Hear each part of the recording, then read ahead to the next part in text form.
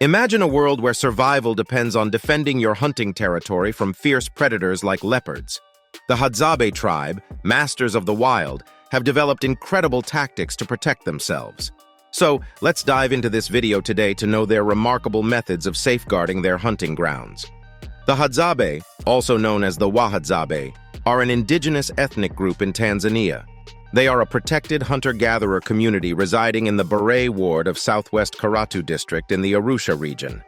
The Hadzabe predominantly inhabit the Lake Eyasi Basin in the Central Rift Valley and the neighboring Serengeti Plateau. As of 2015, Tanzania has approximately 1,200 to 1,300 Hadza people.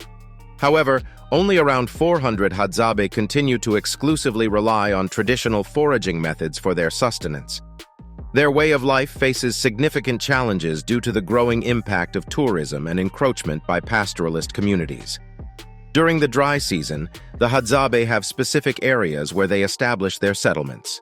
There are 4 traditional dry season habitation areas: Dunduhina, located west of the southern end of Lake Eyasi; Tliika, between Lake Eyasi and the Yaeda Valley swamp to the east; Sipanga, situated east of the Yaeda Valley in the Mbulu Highlands; and Mangola, found north of the valley around the town of Mangola.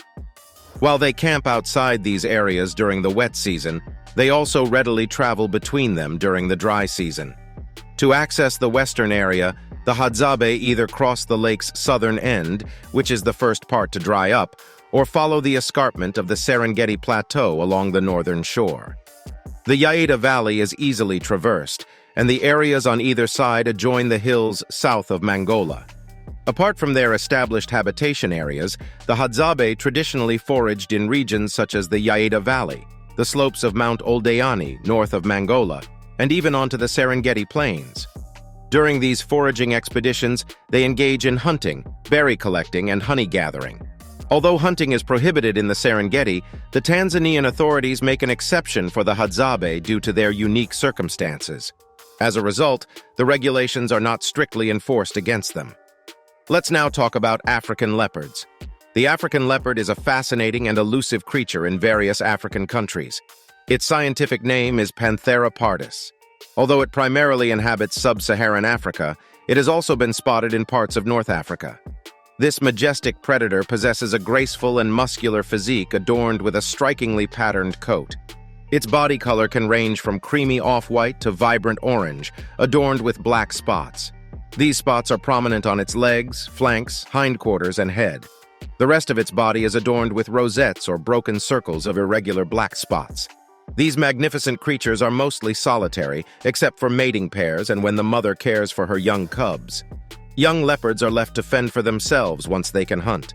Leopards are primarily nocturnal hunters, and during the day they seek refuge in trees, making them difficult to spot. Their diet comprises smaller predators: antelopes, monkeys, mongoose, cattle, dogs, and goats. One remarkable ability of the African leopard is its exceptional climbing skills. It can effortlessly drag its prey up a tree, even if it is heavier than the leopard. Diet and hunting of African leopards.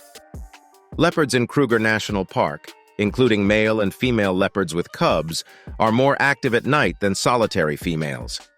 During the wet season, when impalas also utilize thorn thickets, leopards show the highest rates of daytime activity.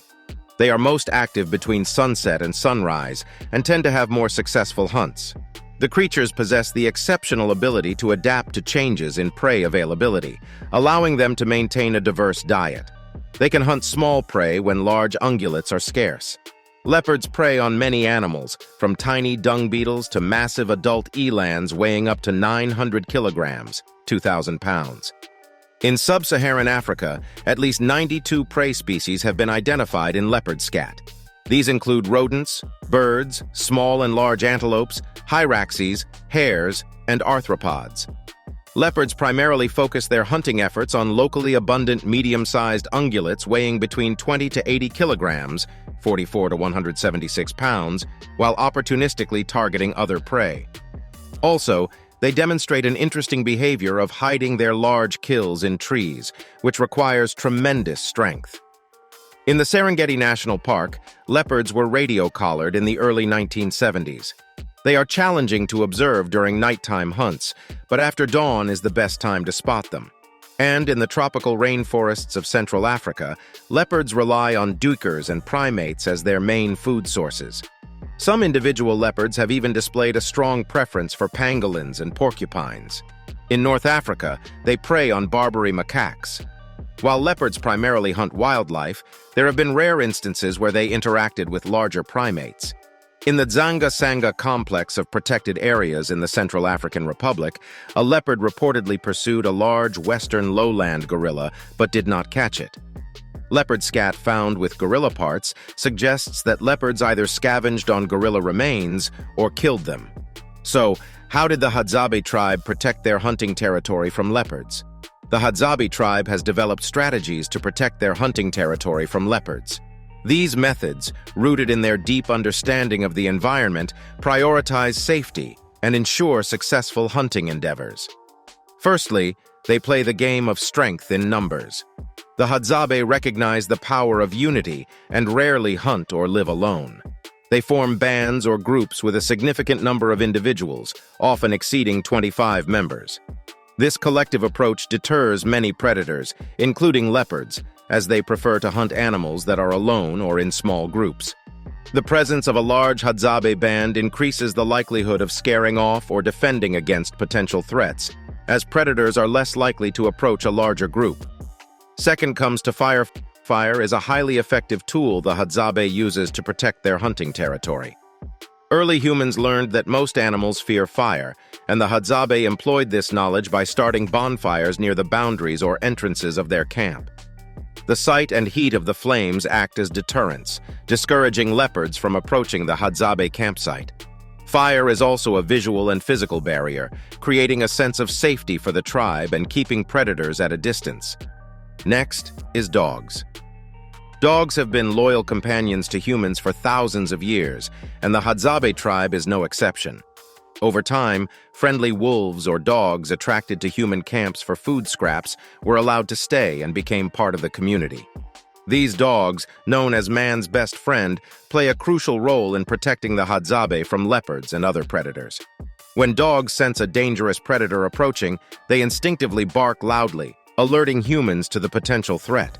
The barking scares off smaller predators and serves as an early warning system, allowing the Hadzabe to awaken and prepare for defense if necessary. The presence of dogs in the tribe is a deterrent in itself, as many predators prefer to avoid areas inhabited by dogs.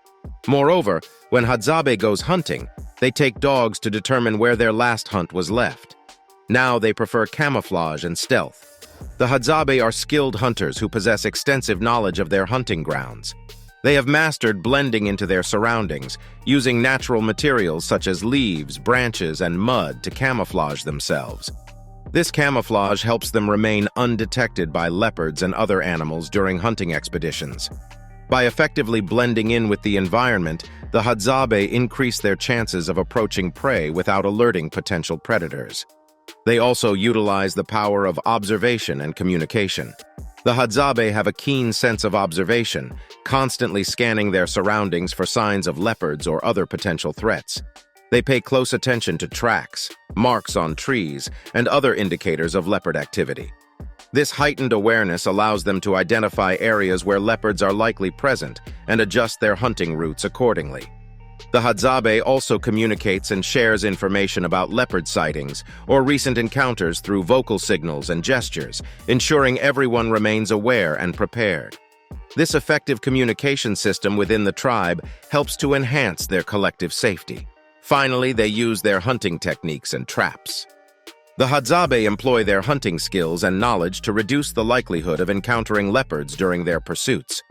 They carefully select hunting grounds based on their understanding of leopard territories and movement patterns. By avoiding known leopard hotspots, they minimize the risk of confrontations. Additionally, the Hadzabe may set traps or use other methods to catch their prey, minimizing the need to venture into potentially dangerous areas where leopards are present. By employing strategic hunting techniques, they reduce the chances of attracting leopards to their immediate vicinity. So, what do you think of the Hadzabe tribe protecting their hunting territory from leopards?